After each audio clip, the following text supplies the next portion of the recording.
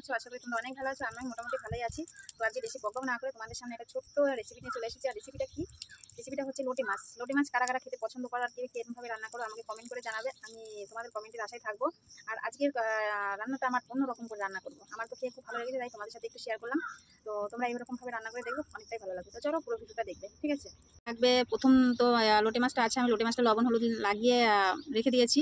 তার সাথে কাঁচা লঙ্কা রয়েছে, ওটা দেবো। আর পেঁয়াজ কুচি করে রেখেছি, টমেটো কুচি রেখেছি, ধনেপাতা আছে। আর এখানে মশলার মধ্যে আমি লবণ হলুদ দিয়ে দিয়েছি, আর আদা রসুন পেঁয়াজ সব কিছু কিন্তু পেস্ট করা আছে। আর এখানে হচ্ছে ময়দার মধ্যে লবণ আর কি বলে এটা, একটু লঙ্কার গুঁড়ো দিয়েছি। তো এটাই হচ্ছে এটা একটা নতুনত্ব। এইগুলো যা আছে সব তো দেখে জানোই কী কী আছে, দিতেই হয়। আর এটা হচ্ছে আমার নতুনত্ব, এটাই এবার এটাই দেখি নাও তোমরা, ঠিক আছে? তো আমি কিন্তু মাছটা এরকমভাবে সবগুলো মাছ এরকমভাবে চুবিয়ে নেবো, ঠিক আছে? তো চলো দেখতে থাকো। কড়াই কিন্তু বসিয়ে দিয়েছি, তোমাদের সাথে কথা বলতে বলতে কড়াই বসিয়ে দিয়েছি। আগুনও নিবানো রয়েছে, কেননা কড়াইটা অনেকটাই তাপ তেতে গেছে। তো চলো, মাছ কিন্তু আমি কিছুটা দিয়ে দিয়েছি। দেখো এরকমভাবে কিন্তু ভাজতে হবে আস্তে আস্তে। আর সবাই জানো লোটে মাছ ভাজতে গেলে ভেঙে যায়, তো চেষ্টা করবো মানে এটা দেওয়ার কারণ হচ্ছে যেন না ভেঙে যায়, সেসবে দেখতে থাকি। কিন্তু দেখো বন্ধুরা, আমার মাছটা কিন্তু সুন্দরভাবে, দেখো একটু লাগেও নি কিছুই না, সুন্দরভাবে কিন্তু ভাজা হয়ে গেছে।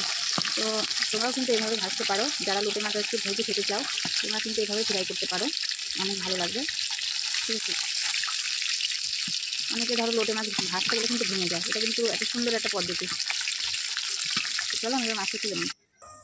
তো দেখো বন্ধুরা, আমি কিন্তু মাছটা সুন্দরভাবে পুরোটা ভেজে নিয়েছি, ঠিক আছে? তো দেখো একটা মাছও কিন্তু কার মধ্যে লেগে নেই, আর একটু ভাঙেও নি। তো এটা কিন্তু নতুন পদ্ধতি। তো তোমাদের সামনে আলুটা শেয়ার করা হয়নি আগে, আলুটা কিন্তু আমি ভেজে নিয়েছি, ঠিক আছে? তো আমার ছেলে যেহেতু আলু ভালোবাসে, তার জন্য আলুটা একটু শেয়ার করলাম লাস্টে আর কি, মানে অ্যাড করলাম। তো এর তেলের পরে কিন্তু তোমরা সবসময় এই লোটে মাছে কালো জিরে সম্বার দেবে, সেন্টটা যেন ওই লোটে মাছের গন্ধই আর এই কালো জিরের গন্ধ সুন্দর হয়ে যায়। তো পেঁয়াজটা দেখো সুন্দরভাবে ভেজে নিয়েছি। আর এক হাতে ক্যামেরা করা না অনেকটাই চাপের হয়ে যায়, তা মেয়েকে ডাকলাম একটু, যে বাবা একটুখানি ক্যামেরাটা ধরে দিবি, তাই একটু দিয়েছে। আগা মাথা নেই, তার থেকে আমি করলেই মনে হয় এর থেকে ভালো হয়। তো দেখো বন্ধুরা, এবার কিন্তু আমি পেঁয়াজটা ভেজে টমেটোটা ভালো করে দিয়ে এবার কিন্তু মশলাটা সুন্দরভাবে কষিয়ে নিয়েছি, দেখতে পাচ্ছ তেল ছড়ে গেছে। এবার কিন্তু আমি আলুটা দিয়ে দিলাম, আলুটা দিয়ে একটু নাড়াচাড়া করব। তারপরে বাদবাকি টমেটো একটু ছিল, যেন আস্তে আস্তে রাখার জন্য টমেটো কিছুটা রেখে দিয়েছিলাম, কাঁচা লঙ্কা টমেটোটাও দিয়ে দিলাম। এবার কিন্তু সুন্দরভাবে কষানো হয়ে গেল আলু দিয়ে। এবার আমি জল দিয়ে দেবো, ঠিক আছে? আর জলটা কিন্তু বেশি দেওয়া যাবে না।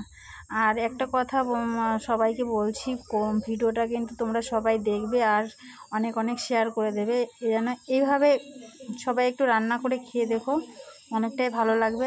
আর তোমরা এরকম ভিডিও দেখতে চাও কি না নিত্য নতুন, মানে এরকম রেসিপি, তাহলে আমাকে কমেন্ট করে জানাবে। আর তোমরা কমেন্ট না করলে কিন্তু আমার ভালো লাগবে না, আর তোমাদের কমেন্টের আশায় কিন্তু আমি বসে থাকবো।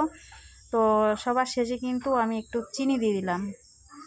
আর আমি কিন্তু চিনি সব তরকারিতে মোটামুটি খাই, সে মাছ বলো মাংস বলো একটু দিই, কেননা ঝাঁজ একটা গন্ধ থাকে, সেটা যেন না থাকে তাই।